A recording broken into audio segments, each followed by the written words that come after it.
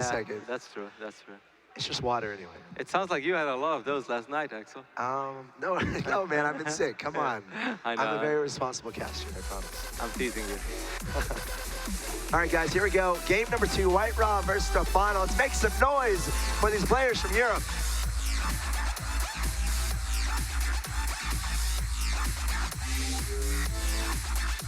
I love how intense Stephano looks. He's always like, wow, this is... Stephano, I've been looking for hair advice recently. I came to you and asked for a little bit of advice. So he's a guy I need to go, have a conversation about that with, I think. But it's all about the roots and the genes. I know. You can't grow the same It's not hair like fair to me, Stephano. man. Ah, dang it.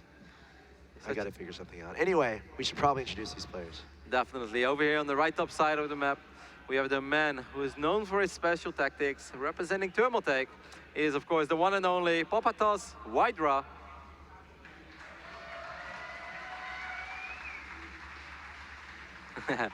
I love seeing WhiteRa play. This brings joy to my heart. I haven't seen it in so long. For many, I think. Of course, another very exciting player, hailing from France. Considered one of the best Zerg players out there, even though his practice regimen is not 100% clear. He is Stephano.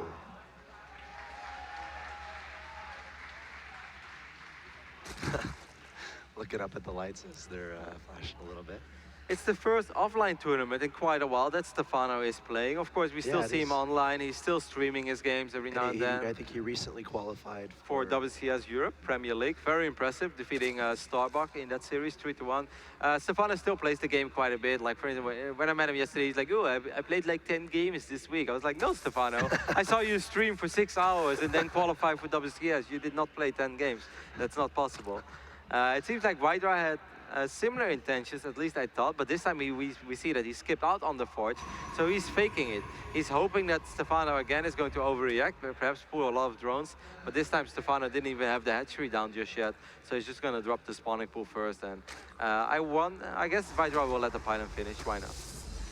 Yeah, and Stephano not overreacting.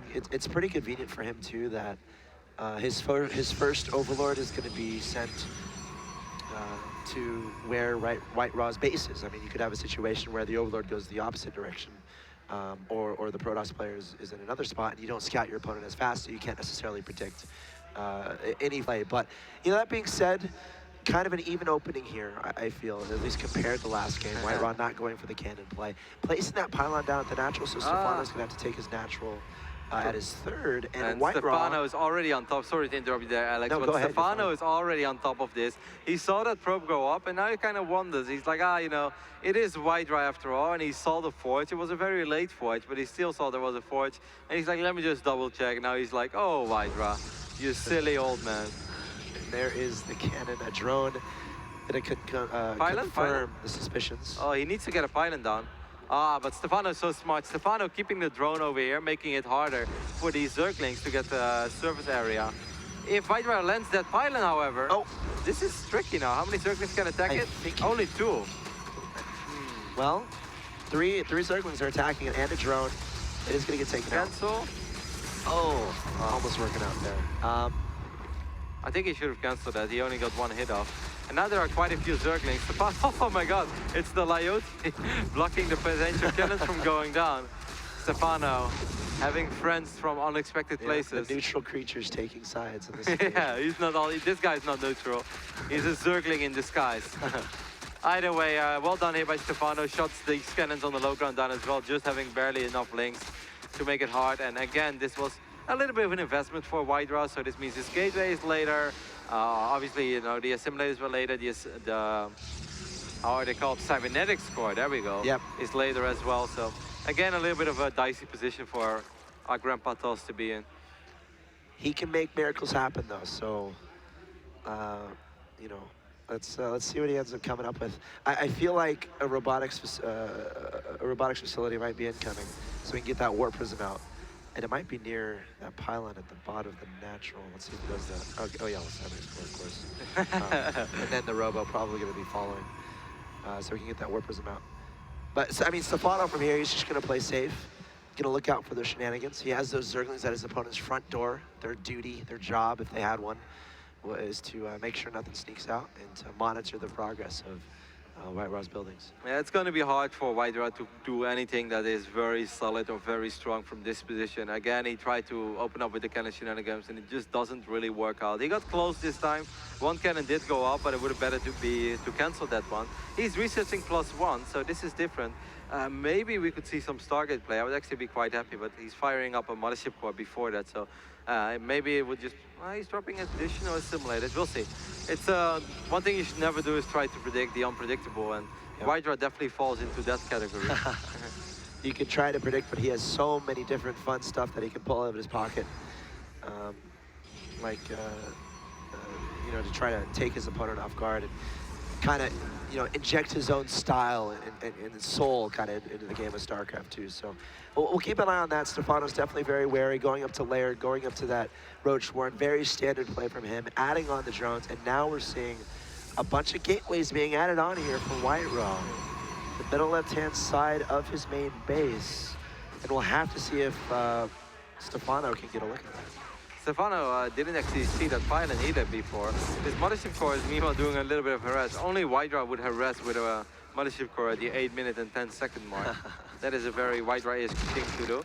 But Stephano already having this Roach one going up in his base. This is really important, guys, because if he doesn't, then these +1 Zealots could really rip through anything that Stephano could make. But with the Roach one, or having access to the Roach one and being able to produce Roaches, WhiteRa's actually going up to 3 bases. He could still pretend to put on some fake aggression with these 4 gateways and meanwhile buy time. But Stephano is on top of this. You know, EDS might say he isn't playing all that well, but his game sense is still spot on. He's doing all the right things.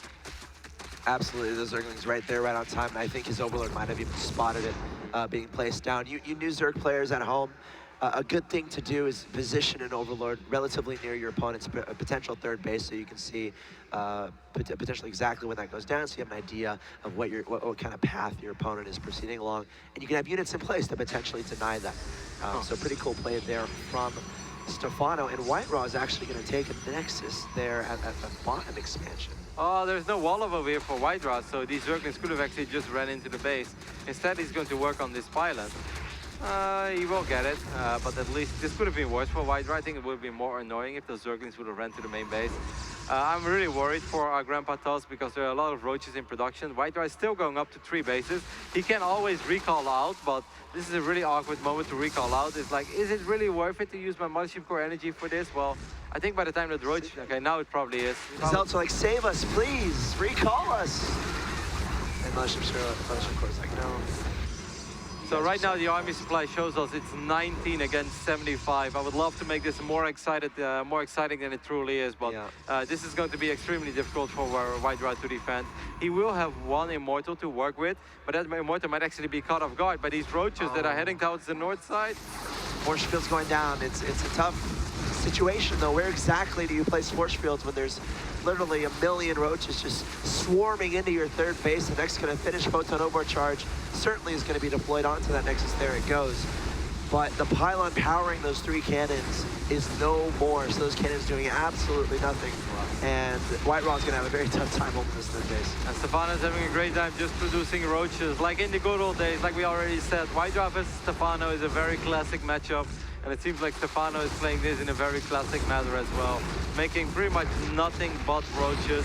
Having close to 40 Roaches on the field at the 12-minute mark. In the old days he was maxed out, but of course this game was a little different because he was actually slowed down a lot.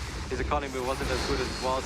He's even going to move in forward right now with a couple of these Roaches. With the Immortal, WhiteRa might be able to defend and another Photon Overcharge, but the economic damage has been dealt. Yeah, WhiteRa trying to do the best micro he can do, but there's only so much you can do when you have all this Zerg swarming into your natural, and Stephano spamming the R and the Z button to get all these Lings and Roaches across the map, and WhiteRa has been overrun. There's the GG well played. Stephano taking the 2-0 victory. Very nicely played by the Frenchman. This French Lone Ranger that we have over here in Texas showing us that he's still got the magic, at least when it comes to ZVP. Just playing a really solid series. Stephano almost making no mistakes, and WhiteRa, of course, WhiteRa has been a very